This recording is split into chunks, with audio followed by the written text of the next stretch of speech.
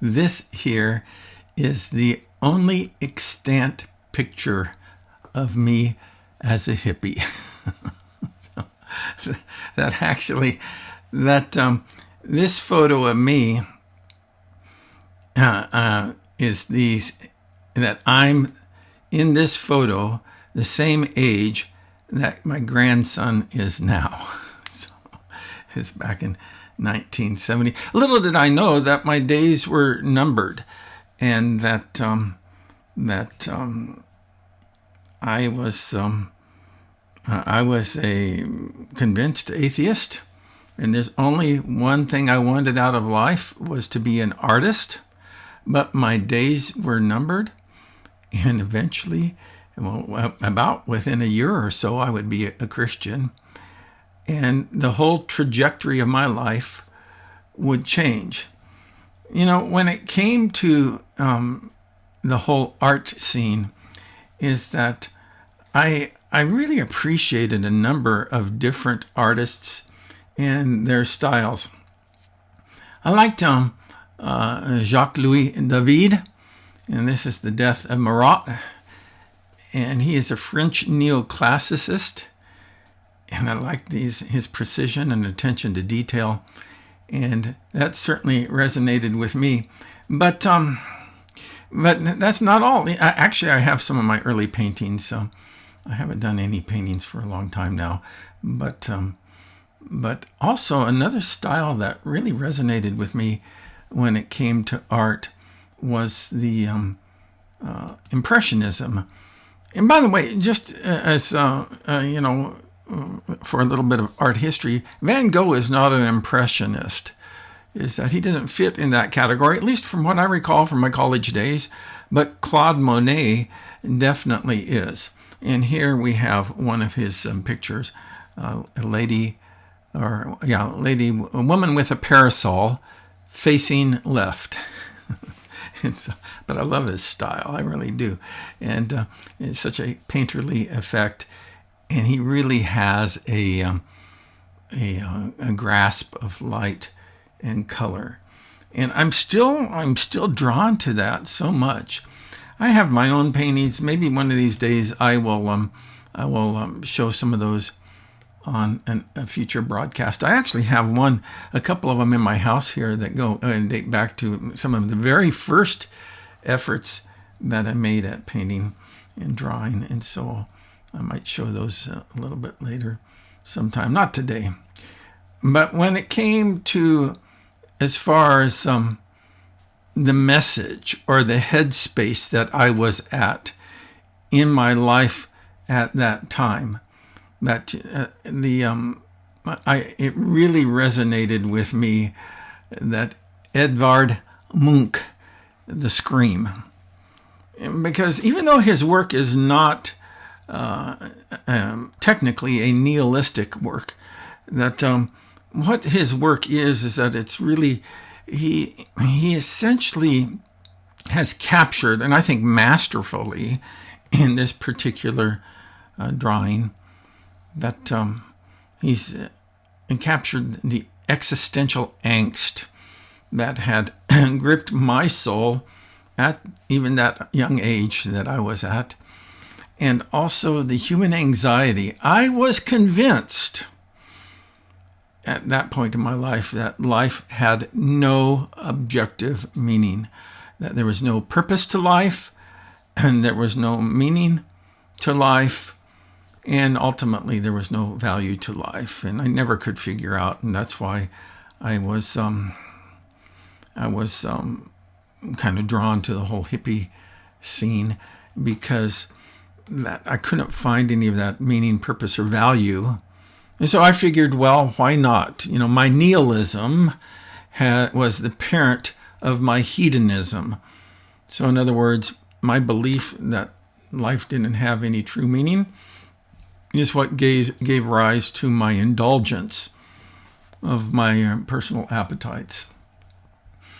So I want to share with you, and that's what this whole project is about, is why I'm a Christian. And I want to give you the reason and the evidence for why I'm a Christian, not just speaking from my personal experience, but I wanted to kind of set the table today with what was going on in my life at that stage of my life before I became a Christian back there in the 1970s.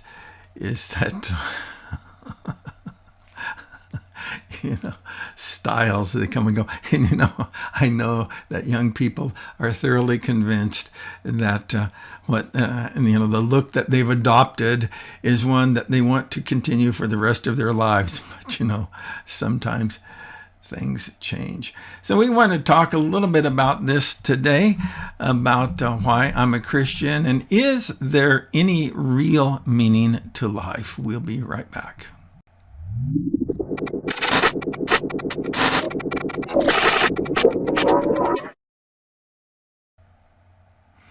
So getting back to the scream here,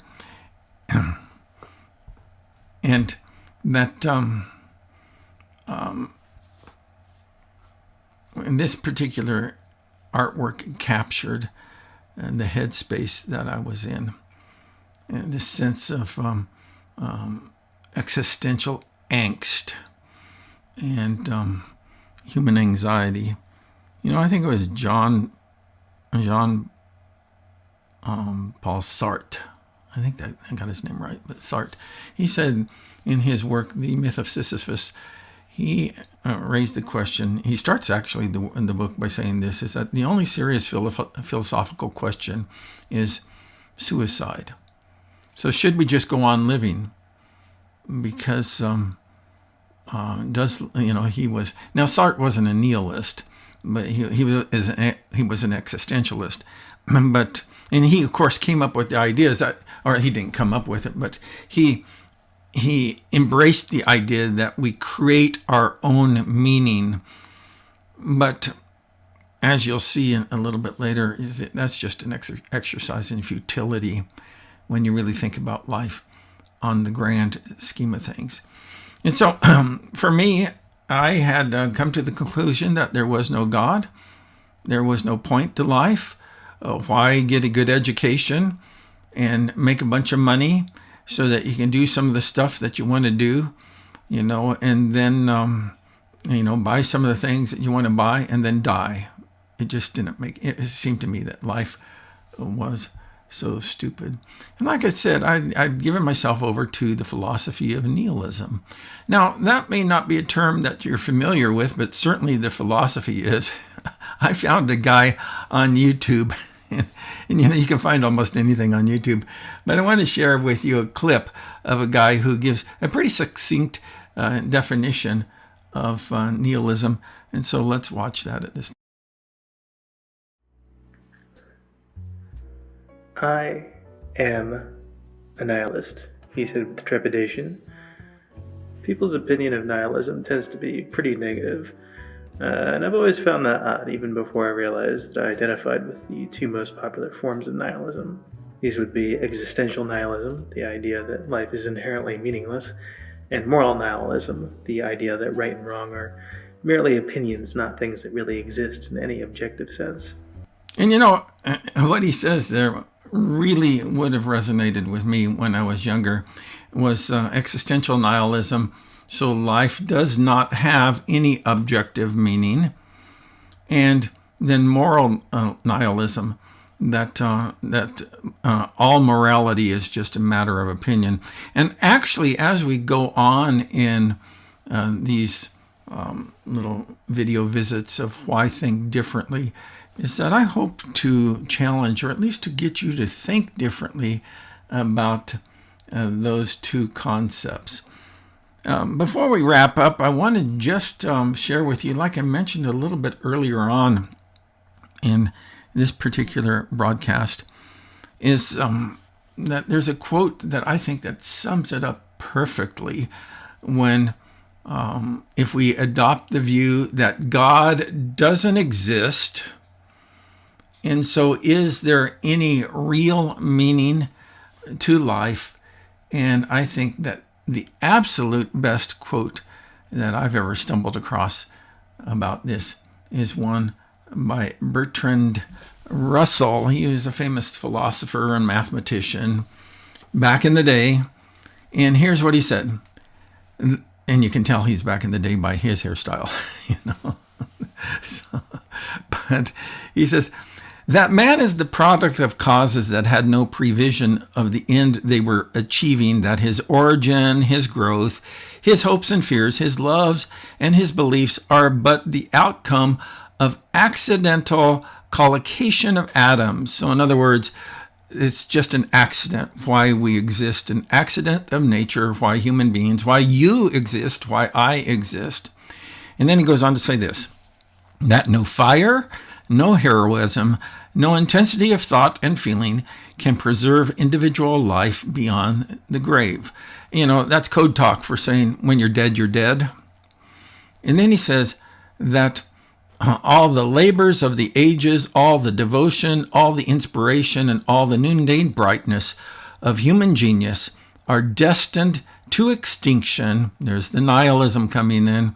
It's destined to extinction in the vast death of the solar system, and that the whole temple of man's achievement must inevitably be buried beneath the debris of a universe in ruins. The heat death of the universe, that's where we're all headed. And so that's our destiny. And so how can we find any true meaning when that's the true outcome of our lives? Then he goes he goes on to say this.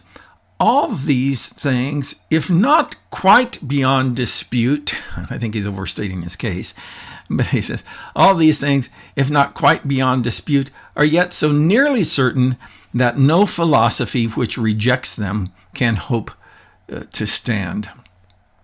Only within the scaffolding of these truths, only on the firm foundation of unyielding despair, can the soul's habitation henceforth be safely built. You know, I mean, I have to laugh at it, to tell you the truth, because, you know, Bertrand Russell, no question about it, he was a towering intellect. But just because he is a towering intellect in one field does not mean that he has spoken truth philosophically or even religiously. And that's the problem. You know, we are so smitten with some of these thought leaders that we never do challenge or give any pushback, serious pushback. And I think that that's the role of the Christian, is to be ultimately counter-cultural. That's why Christianity, I think, appeals to me, and particularly today, it's certainly counter-cultural. And so I would encourage you to think differently. I remember reading back into the day one Bible verse, because I tried to read the Bible a lot of times, and I would just run out of steam after about Genesis chapter 5, because all of the begats would just beat me down. And you know, and if you try to read the Bible from cover to cover, you're probably going to be sorely disappointed, because a lot of it is just pure, it's just boring, and it is hard to understand. And we need someone to kind of walk us through and help us to understand the big story and what it's truly all about. But there was one book in the Bible that really resonated with me because of its actually nihilistic perspective, at least in the beginning chapters, or actually most of the chapters throughout it. And that's the book of Ecclesiastes. That's where the Byrds got their song. Byrds and Bob Dylan, you know, to everything, turn, turn, turn. There is a time for every season under heaven, and so on and so forth.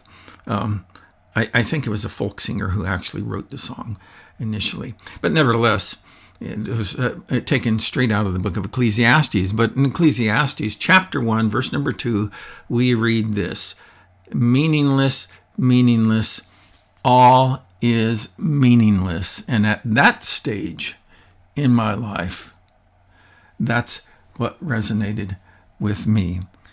But it was the quest for meaning that drove me into my spiritual journey, and I hope that it will also play a part in yours. So that's it for now, and I hope you will catch me next time when I share a little bit more about this project, Why Think Differently?